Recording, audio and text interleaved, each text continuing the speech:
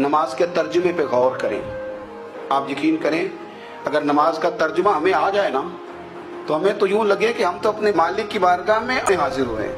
یہ سورہ فاتحہ ہی دیکھ لیں آپ. حضور فرماتے ہیں، رب فرماتا ہے سورۃ فاتحہ آدھی میری ہے آدھی میرے بندے کی ہے. جب اس نے کہا الحمدللہ رب العالمین الرحمن الرحیم مالک یوم الدین ایاک نعبد و ایاک نستعین، جب یہاں تک وہ لفظ کہتا ہے تو یہ حصہ میرا تھا.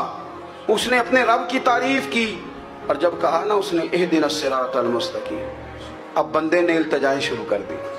اس نے کہا کہ مالک بھی تو ہے، رحمان بھی تو ہے، رحیم بھی تو ہے، عبادت بھی تیری کرتے ہیں تو مدد بھی تو تجھی سے مانگنی ہے. اب مہربانی فرمانا اہدنا الصراط المستقیم، ہمیں سیدھا راستہ دکھا دے.